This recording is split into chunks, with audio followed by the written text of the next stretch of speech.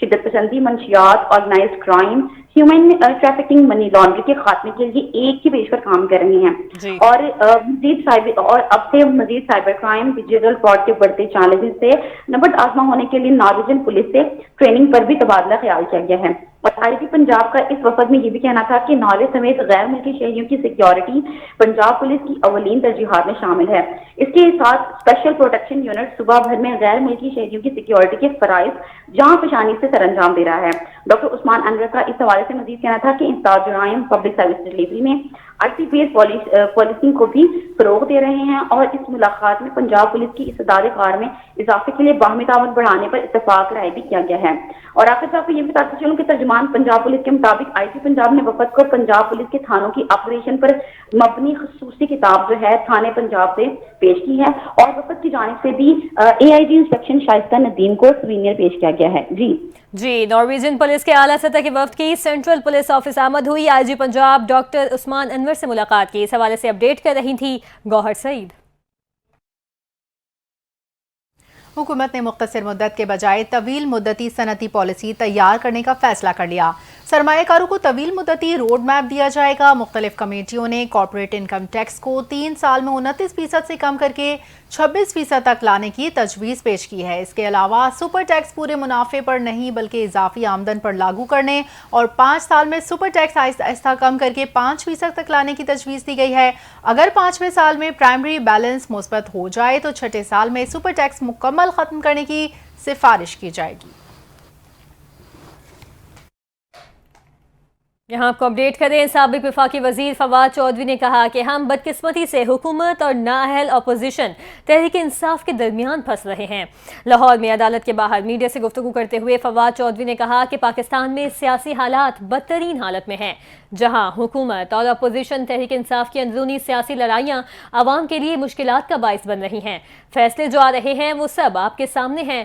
صبح ایک بندہ اٹھتا ہے اور کہتا ہے کہ آج ہم احتجاج کریں گے، پھر ساری قیادت اڈیالہ جیل پہنچ جاتی ہے، کھانے کھا کر واپس آ جاتی ہے، لیکن عام کارکن پھنس رہا ہے۔ یہ سلسلہ کب تک جاری رہے گا اس کا علم نہیں۔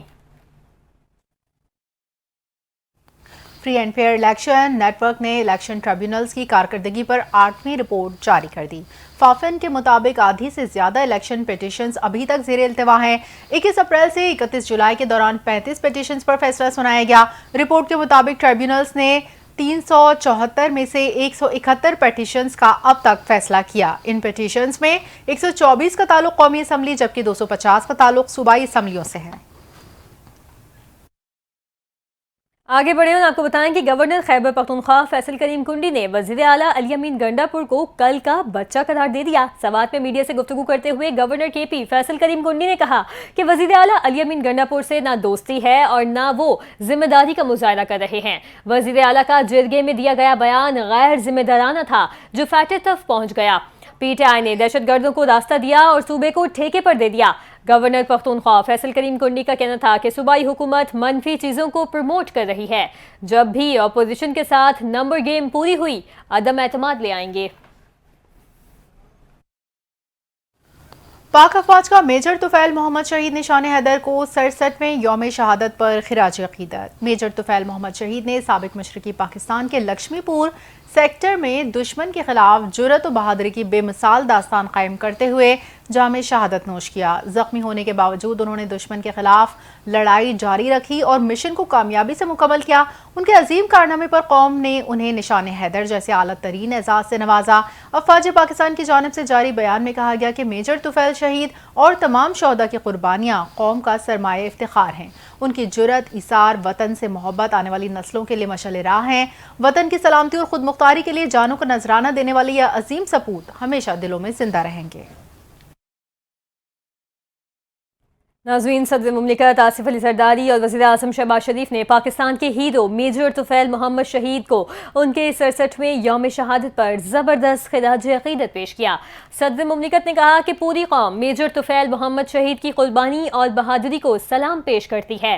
پاکستان آج ان عظیم سپوتوں کی قربانیوں کی بدولت محفوظ ہے اور ہم اپنے تمام ہیروز کو سلام پیش کرتے ہیں جنہوں نے ملک کی سلامتی کے لیے اپنی جانیں نچھاور کی۔ انہوں نے کہا کہ میجر طفیل محمد شہید شہید کی قربانی قوم کے لیے مشعل راہ ہے اور ہم اپنے شہداء کی قربانیوں کو ہمیشہ یاد رکھیں گے۔ وزیر اعظم شہباز شریف نے بھی اس موقع پر کہا کہ پاکستان کو اپنی بہادر افواج پر فخر ہے جو دشمن کا ہر محاذ پر ڈٹ کر مقابلہ کر رہی ہیں۔ انہوں نے اس عزم کا اظہار کیا کہ قوم اپنے شہداء کی قربانیوں کو کبھی فراموش نہیں کرے گی اور ان کے نقش قدم پر چلتے ہوئے ملک کی حفاظت جاری رکھے گی۔ اسرائیلی سیکیورٹی کابینہ نے وزیر اعظم نیتن یاہو کی غزہ پر عسکری قبضے کی تجویز کی منظوری دے دی۔ یہ اعلان وزیر اعظم نیتن یاہو کے حالیہ بیان کے چند گھنٹے بعد کیا گیا۔ نیتن یاہو نے فاکس نیوز کو دیے گئے انٹرویو میں کہا کہ اسرائیل پورے غزہ پر فوجی کنٹرول چاہتا ہے تاکہ حماس کو ختم کیا جا سکے۔ ان کے دفتر سے جاری بیان میں کہا کہ اسرائیل فوج غزہ شہر پر کنٹرول حاصل کرنے کی تیاری کرے گی جبکہ جنگی علاقوں سے باہر موجودہ شہریوں کو انسانی امداد فراہم کی جائے گی۔ غزہ شہر جو شمالی پٹی میں واقع ہے سب سے بڑا اور اہم ترین شہری علاقہ ہے۔ اسرائیلی کابینہ نے واضح کیا کہ موجودہ حالات میں کسی بھی متبادل تجویز سے نہ تو حماس کو شکست دی جا سکتی ہے اور نہ ہی اسرائیلی یرغمالیوں کو واپس لایا جا سکتا ہے۔ حماس نے نیتن یاہو کے غزہ پر مکمل قبضے کے منصوبے کو مسترد کر دیا۔ فلسطین کی مزاحمتی تنظیم حماس نے کہا کہ جنگی مجرم نیتن یاہو غزہ میں فلسطینی عوام کے خلاف نسل کشی اور جبری بے دخلی کے سلسلے کو جاری رکھنے کا منصوبہ بنا رہا ہے۔ حماس نے اسرائیلی وزیر اعظم نیتن یاہو کی جانب سے امریکی نشریاتی ادارے فاکس نیوز کو دیے جانے والے انٹرویو کی مذمت کی۔ فلسطینی مزاحمتی گروپ نے حالیہ غزہ جنگ بندی مذاکرات کا حوالہ دیتے ہوئے کہا کہ نیتن یاہو کے بیانات مذاکرات سے واضح طور پر پیچھے ہٹنے کو ظاہر کرتے ہیں۔ حتمی معاہدے کے قریب ہونے کے باوجود فائنل راؤنڈ سے ان کی دستبرداری کے پیچھے موجود اصل محرکات کو ظاہر کرتے ہیں۔ حماس نے مزید کہا کہ اسرائیلی وزیر اعظم نیتن یاہو کے بیانات بغیر کسی شک و شبے کے ثابت کرتے ہیں کہ وہ اپنے ذاتی مفادات اور انتہا پسند ایجنڈے کی تکمیل کے لیے اب بھی غزہ میں قید اسرائیلی مغویوں کی قربانی دینے کے لیے تیار ہیں۔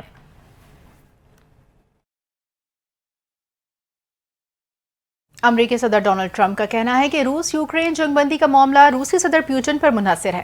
ہلاکتیں روکنے کے لیے مجھ سے جو ہو سکا کروں گا۔ اوول آفس میں صحافیوں سے گفتگو کرتے ہوئے امریکی صدر ٹرمپ نے کہا روسی صدر پیوٹن مجھ سے ملنا چاہتے ہیں، ان سے ملاقات کروں گا۔ وائٹ ہاؤس پریس سیکرٹری کے مطابق امریکی صدر روس اور یوکرینی صدور سے ملاقات کریں گے۔ ٹرمپ یوکرین روس جنگ کا خاتمہ چاہتے ہیں۔ پریس سیکرٹری نے کہا امریکی صدر کی ملاقاتوں کی تفصیلات مناسب وقت پر جاری کی جائیں گی۔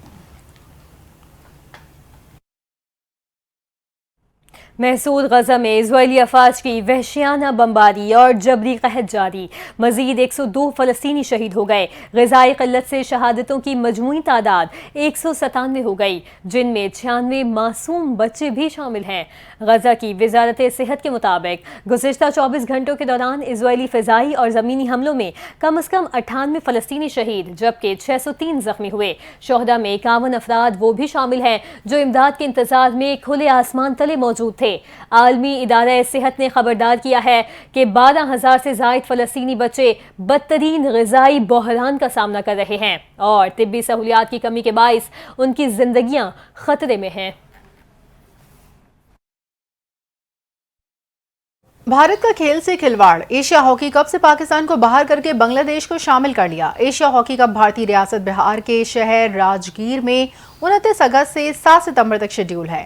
ذرائع کے مطابق پاکستان ہاکی فیڈریشن نے خط کے ذریعے AHF کو موجودہ جنگی ماحول میں پاکستان ٹیم کو بھارت بھیجنے پر سیکیورٹی خدشات سے آگاہ کیا تھا۔ PHF کے ذرائع کے مطابق موجودہ حالات بھارتی میڈیا کے واویلے اور RSR کی دھمکیوں کی وجہ سے بغیر حکومت کی اجازت کے پاکستان ہاکی ٹیم کا بھارت بھیجنا ممکن نہیں تھا۔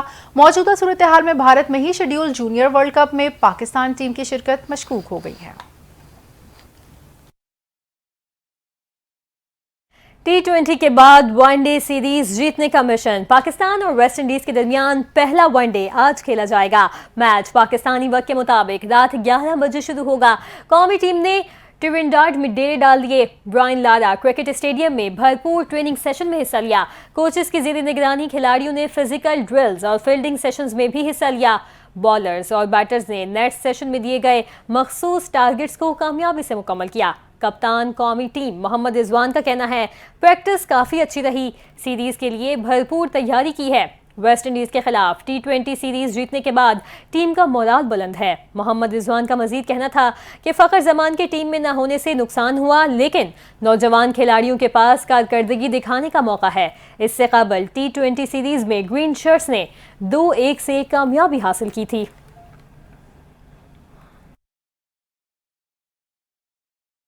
پاکستان ویمن فٹ بال ٹیم کی ایشین کوالیفائرز میں بہتر کارکردگی کام آ گئی۔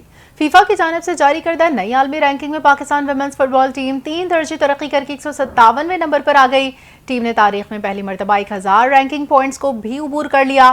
AFC women's Asian cup qualifiers میں قازقستان کو 2-1 اور انڈر ایشیا کو 2-0 سے شکست دینے والی پاکستان ویمن فٹ بال ٹیم کے رینکنگ پوائنٹس کی تعداد 1007 ہو گئی۔ فیفا کی نئی جاری کردہ نئی عالمی ویمن رینکنگ میں اسپین پہلی پوزیشن پر، براجمان امریکہ دوسرے، سویڈن تیسرے اور انگلینڈ چوتھے نمبر پر ہے۔